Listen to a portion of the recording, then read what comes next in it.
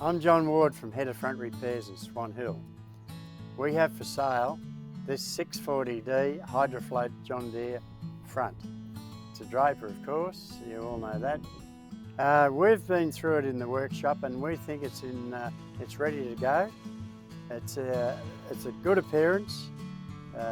It's sitting on this trailer, which is a brand new trailer built in the workshop and built to the compliancy of a New South Wales regulation.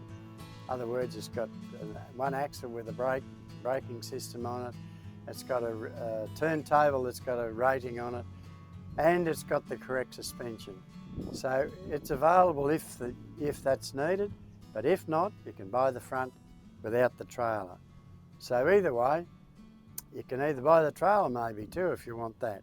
But give me a call on 0418 525 942 and I'll give you all the details.